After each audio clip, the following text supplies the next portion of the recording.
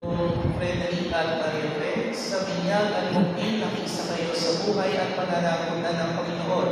At sa pagdiriwang ng paninabunan, muli-muli kayong nakisalo sa habag ng kanyang pagmamahal.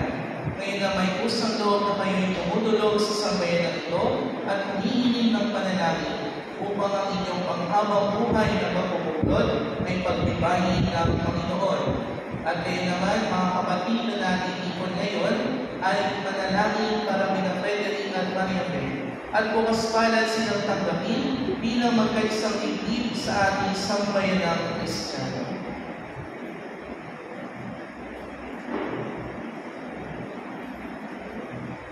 Hinihiling ko ngayon na buong katapatan ninyong ipahayag ang inyong damdamin sa isa't isa.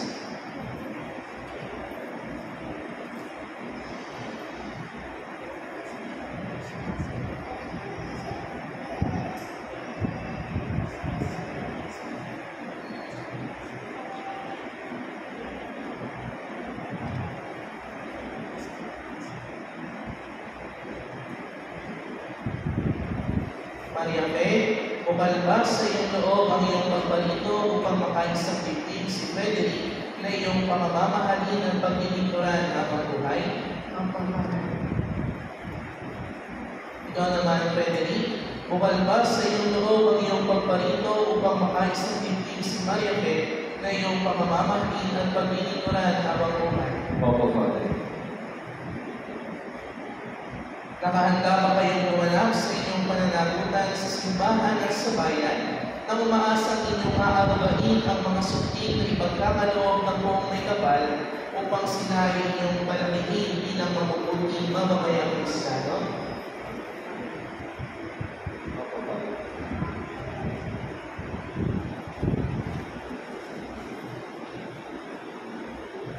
Minamahal ko Frederick at Maria sa harap ng Diyos at ng kanyang sambayanan, pagdaogin ninyo ang inyong mga palad at ipahayag ninyo ang inyong pagtipan sa banal na sakramento ng kasal.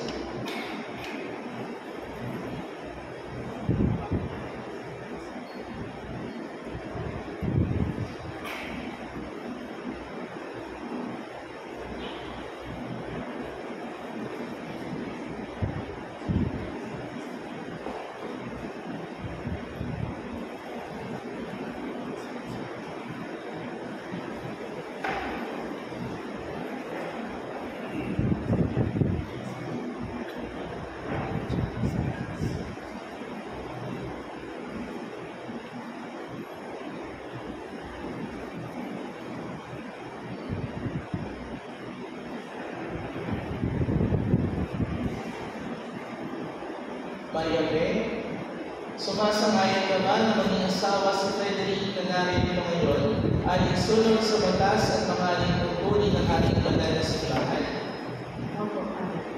Buong puso ba ang pagkakalob mo sa kanya ng iyong sarili bilang kanyang may bahay?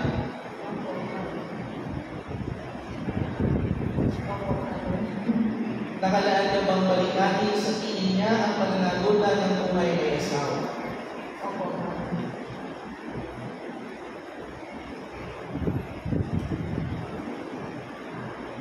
Frederick, sumasangayon ka ba na maging may bahay si Maria na narito ngayon ay nasunod sa batas at mga tuntunin ng ating banal na simbahan? Opo, Father. Buong puso ba ang pagkakalob mo sa kanya ng iyong sarili bilang kanyang asawa? Opo, Father. Nakalaan ka bang balikatin sa piling niya ang pananagutan ng buhay may asawa?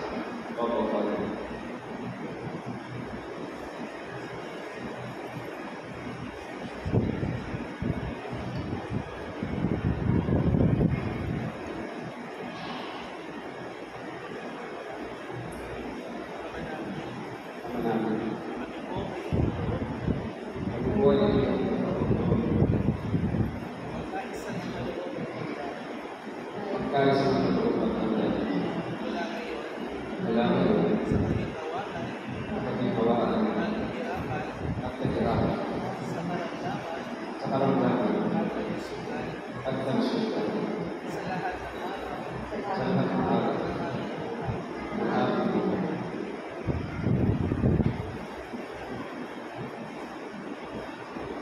bilang tagapagpatunay ng simbahan, pinagtitibay at pinabasbasan ang pagtatayong puso ninyong pinagpipad sa ngalan ng Ama at ng Anak at ng Espiritu Santo.